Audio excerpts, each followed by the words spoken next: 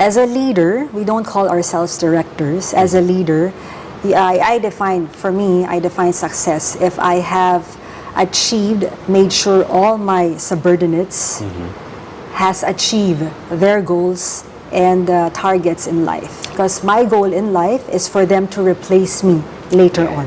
Yes. And then for me to move on as well to the next chapter of my journey.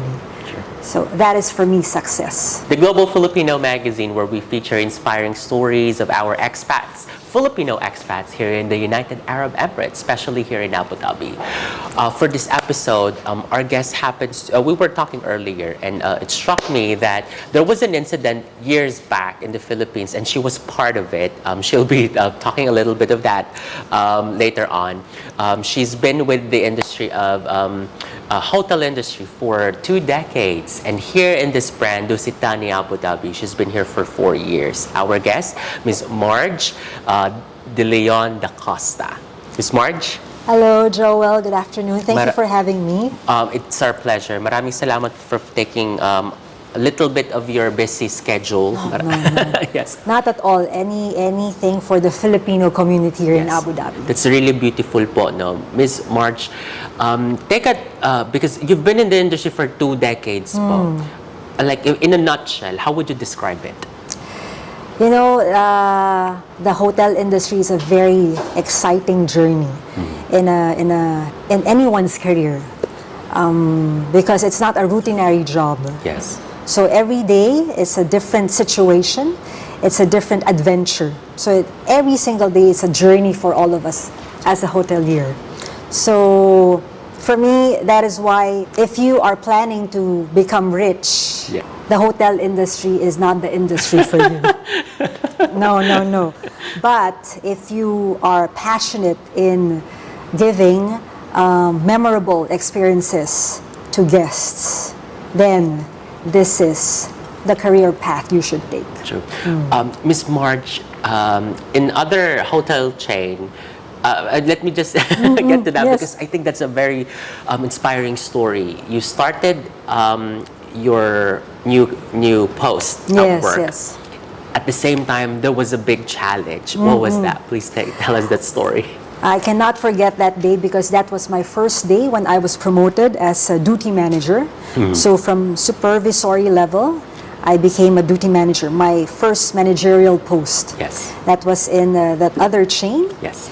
And that chain, there were a group of rebels who was trying to take over the hotel. Yes. Because the other hotel across that hotel was taken over already.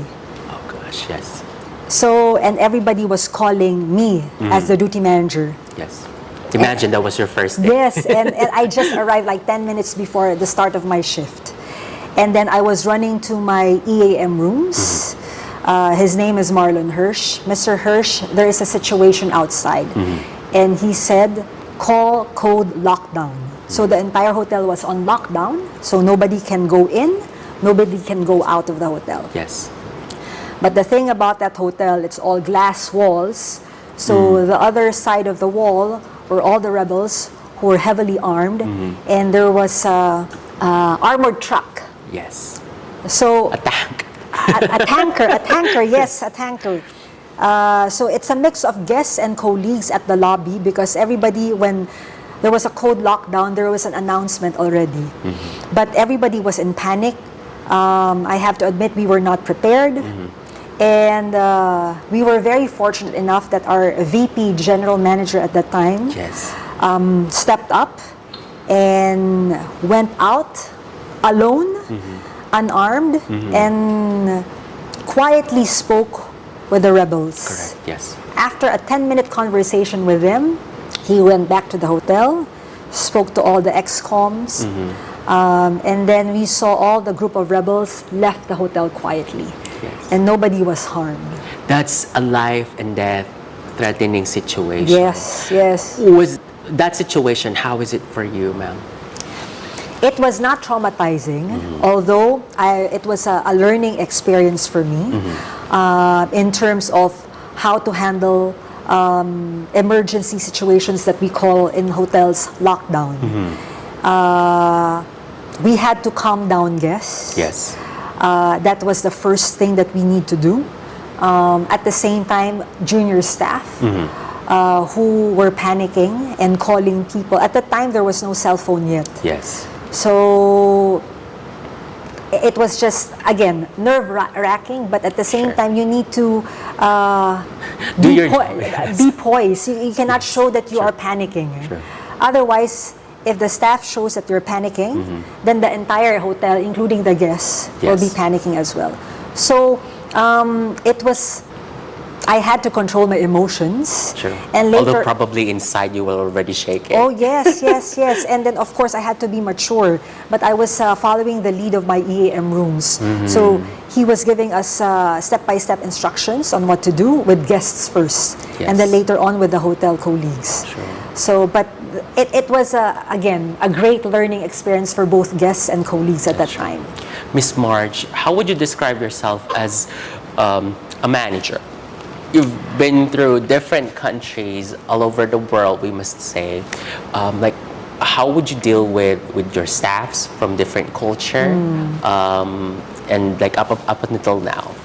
Okay, if it's a new country that I was not assigned before, I have to make observations first. With these observations, I have to be very, very keen on what the culture, including the religion, because it's a sensitive subject. Yes. Especially if it's a Muslim country. I've been assigned in 2 Muslim countries. The first one is here in UAE. The second one is Maldives. So, of course, on handling hotel colleagues, there is a bit of sensitivity that you will be using. Correct. But as Filipinos, it's innate for us to be very, very caring. So, very caring, and at the same time, you need to know and you need to make sure, even if you're caring, there are certain goals and targets that you need to achieve while you are posted there. So, you need to act like their big sister, you need to act like their mother at times, but there should be a balance. Yes. If there's no balance, then whatever reason you are there for, it will be unsuccessful. Yeah. So we always have to strike a balance whenever we deal with colleagues. But you cannot make and do and act on it immediately. You need to make observations first. Correct, And from those observations, then you can make your action plans, whatever action Your plans. strategy, like as a manager. That's true. So you can achieve your targets and goals that's given to you by management. True. Ma'am, earlier when we were doing the pre-interview, you shared to me like battling certain issues being being a manager. One of which is racism. We don't want to like say which country where you experienced that, but how did you deal with that? Being a woman of color, how did you like deal with this kind of issue? In the beginning, it was very difficult because you are far away from your family. I was alone. That is one thing. Being an expat, everybody thinks that is, it's a life with full of luxury. It's a bed of roses, no? But it's the opposite, since family and friends are far away from you. But then again, you have to have this thick face in front of people you are working with. At the same time, you are still very professional. Yes. So it took courage and patience and resilience for me to overcome all these challenges. But then it will always be like that, especially for us, coming from a third world country. Yes. And me being a woman, I'm not saying I'm used to it, although I try to be assertive in a way that I'm still very respectful. Correct. UAE is a land of full of opportunities. Yes. In Abu Dhabi, it's still very, how do I say this? Like outside the Philippines, I think among the countries that you've been through, UAE has the longest, that you stayed the longest. That's true. Before it was two years, and then now it's 4 years. Yes. For me, UAE is one of my favorites because of the pacing of work here, the lifestyle, Yes. the non-taxable income. Yeah. That is There's no one. deduction. Yes, yes.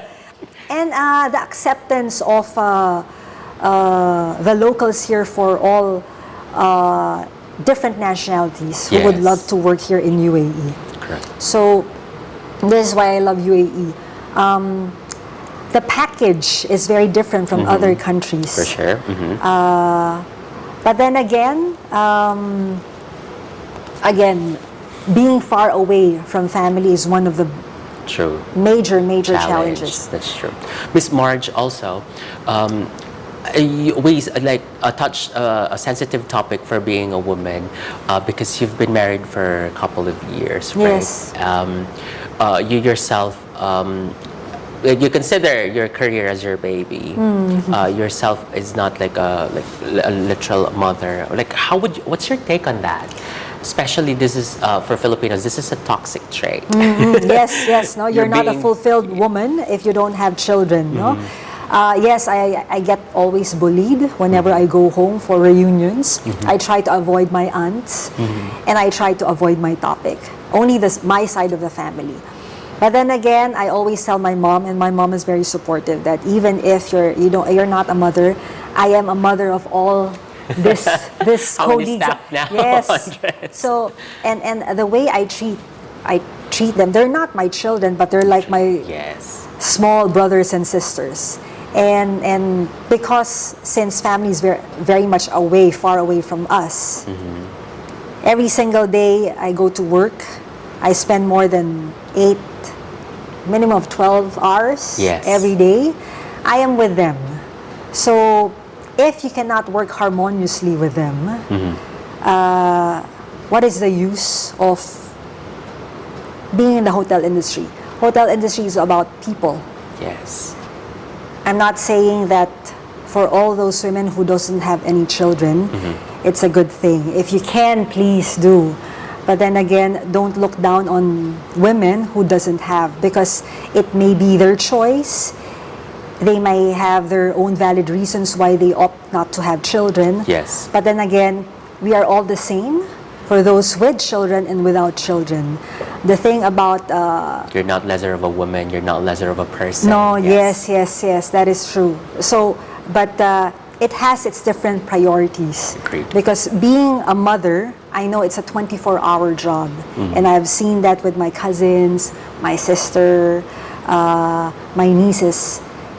It's a very how do I Full-time job. It's a full-time job. It's a full-time job. But again, it's taken for granted most of the time. Yes. But then, Filipino society looks down on women who doesn't have children, and looks down on people with careers. Yes. Which for us, we need to move forward and be more open-minded, because again, people may have their own reasons Agreed. why they opt not to have kids.